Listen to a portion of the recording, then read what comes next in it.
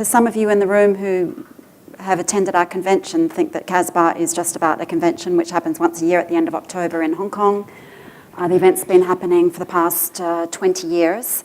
It's a successful convention, but we actually do far more than put on a convention once a year. We basically represent the multi-channel television industry 365 days a year.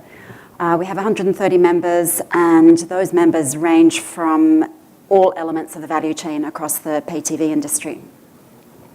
So basically what I'm here to talk about with you today is a study that we did in Singapore, which addressed online piracy, and it particularly studied this market for several reasons, which I'll go into with you throughout the presentation.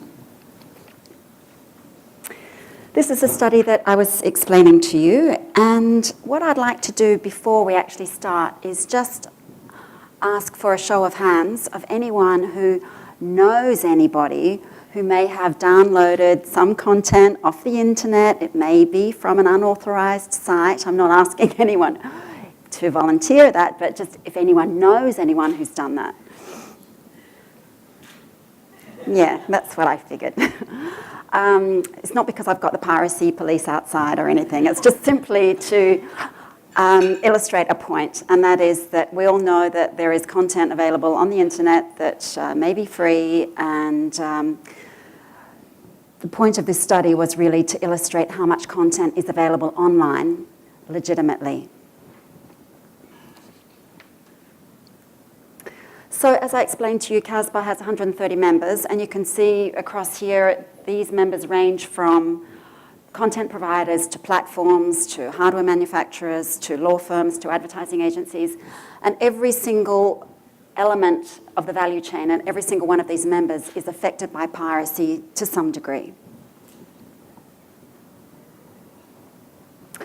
So as we've understood today, everyone's been talking about it, and we're all talking about the way people consume media. It's completely changing. I mean, if we look at the last 10 years, I don't think we would have ever anticipated 10 years ago that we would be watching content via an iPad or via a mobile telephone, or the way that the consumption patterns are changing. And this is being driven by a lot of different things. People now basically want to see content whenever, wherever. The days of appointment viewing are disappearing fast. And people want to have access to content, but they want to have it in a format at a time that is convenient to them. So we know that the way people are using media is changing, but also the devices are changing. People are producing content in different ways. They're producing it to, the days of sitting around the living room, watching television, with your mum and dad, or, with your family, are disappearing quickly. People are consuming it in different ways. They're watching it in different rooms, on different devices. But having said that, content is still king, and I think that was illustrated in one of the earlier presentations where they talked about House of Cards, which is the series that Netflix has just produced, a 13-part series. Now, apparently this is a remake of a 30-year-old BBC series. Now, the fact that they can just repackage, reinvent, and deliver in a different way a 30-year-old TV series just goes to show that it's not the content that's changing, but it's the way that we're consuming it. In addition, as I explained, there is this rise in technology is giving birth to an increased number of infringing websites. And infringing ones are those that don't actually have the authorization to distribute that content. So traffic is increasing across the internet. We all know that. I don't think that's any surprise to anybody, but this is some projections on where we think that we'll be in 2016. Now, interestingly, we chose to do this study in Singapore, and that was for a variety of reasons. One is that 84% of internet users in Singapore watch online videos at least once a week. According to Nielsen, Southeast Asia digital consumers report 42% of Singapore consumers watch TV or a movie from an unofficial, unauthorized source. And 37% watch official TV on demand or catch-up services, which are all legitimate ways of viewing television. The task is really pushing consumers towards legitimate sites and preventing pirate services. So there are many different ways to commercialise the growing flows of video content. Now, I'd like to explain one point here, and that is that not all pirates are equal. Pirates are different. And Odetto did a study last year called the piracy continuum, I think it was called, where they grouped pirates into 6 categories. And the interesting thing is that it ranges from basically criminals who are taking unauthorised content to the consumer who's subscribing to StarHub or Singtel in a legitimate way, and they're actually quite happy consuming content that way. Now, those different categories, as I said, range from criminals. Now, these people are people who are taking content, they're breaking down firewalls, they are commercialising that content. And the most famous one, probably all of you have possibly heard of Kim.com and Mega Upload. That's, he made millions and millions of dollars distributing unauthorised illegal content. And the difficulty was that it actually looked like it was presented in a very legitimate way. They were selling advertising around it. People were actually paying to download the movies, and it was all pirated. Now, this brings me to the next point, where in that 6 categories of consumers, the next category are the hackers. Now, these people they take great pride in breaking down firewalls and getting into the US Department of Defense. And they're actually not hacking these sites because they want to commercialize the content. They're hacking them because they get the joy out of breaking down the firewalls, and they're connected with their peers, and their egos are driven by the ability to actually get into sites that they shouldn't be getting to. The problem is when the criminals and the hackers get together, and that's where you've got a recipe for multi-billion-dollar unauthorised content like Mega Upload. Then you've got the consumers who are confused and they're frustrated. Then you've got the casual pirates. The pirates are the people who might download 1 movie, 2 movies, because they actually don't think that they're doing anything wrong. They think it's not going to hurt anybody. They think it's quite legitimate what they're doing and no one's going to notice. Then you've got the pirates who are confused. They think that the site's legitimate, like Mega Upload, because there's advertising around it and they're actually paying a fee.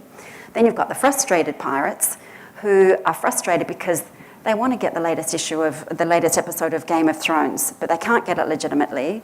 It's been released in the US, they know it's available, but they're frustrated because they can't get it when they want it and where they want it.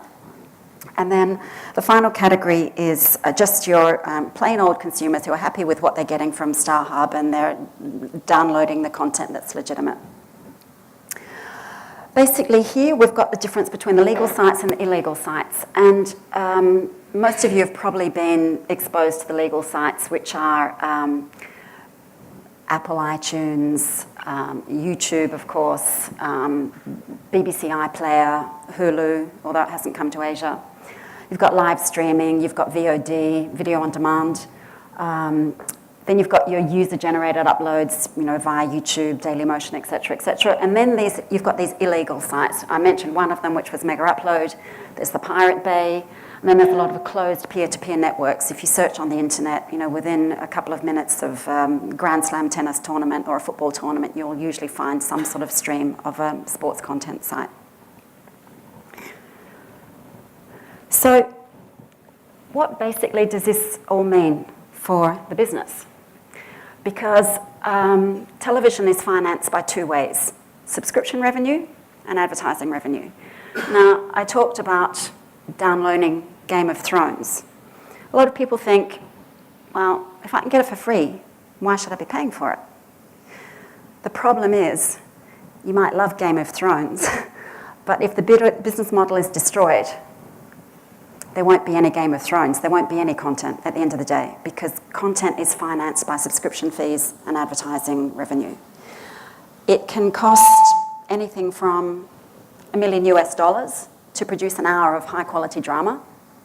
So that gives you an idea of the business model that we're talking about. Now, if people are downloading content illegally and they're not paying for it, then that source of revenue disappears and there's no more content, there's no more dollars to produce the content. As I explained, there's this rise of ad-supported pirate networks.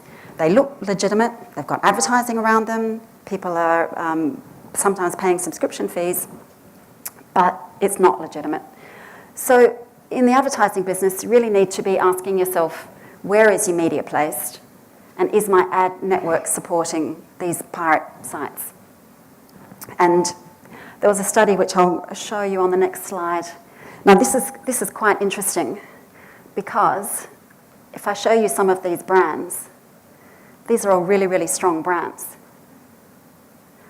They've been placed around some of these pirate sites, not because they willingly put their advertising there, but because these ad networks were placing them on illegitimate sites, not because they knew that they were pirate sites, but because they thought that they were legitimate. So if you look at some of these brands, I'm sure American Express, Amazon, BMW, they wouldn't have knowingly be putting their advertising around these pirated sites.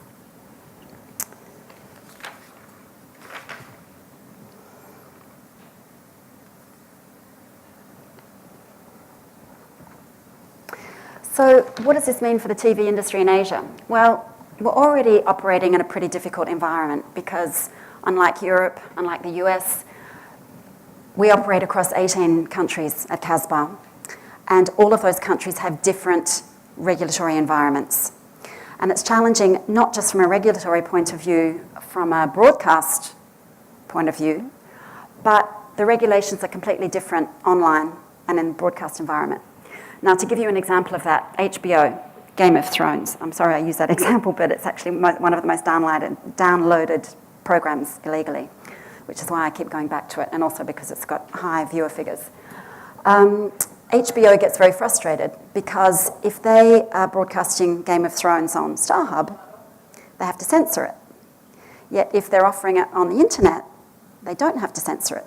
So it gives you an idea that there is an actually uneven playing field. It's different regulations for different media, and us at CASBAA, we're lobbying very, very heavily to try and get that playing field level. In addition to that, Asia has been leading in hardware. You know, the Samsungs and the TV manufacturers, etc., are market leaders in Asia. But the new media offerings have lagged, and there's a lot of different reasons for that. And one of them is, for example, you've got markets where you've got very, very high broadband penetration, like Japan, like Taiwan, like Korea. Yet you've got other markets like Indonesia, for example, where broadband penetration is very, very low. And in fact, pay TV penetration is very, very low. It's a market that has, let's say, 5% penetration of pay television. So these new media offerings have lagged just simply because the infrastructure and the technology hasn't been in place to support them. But that's changing now, and it's changing quickly, as everything that we heard in that main room today.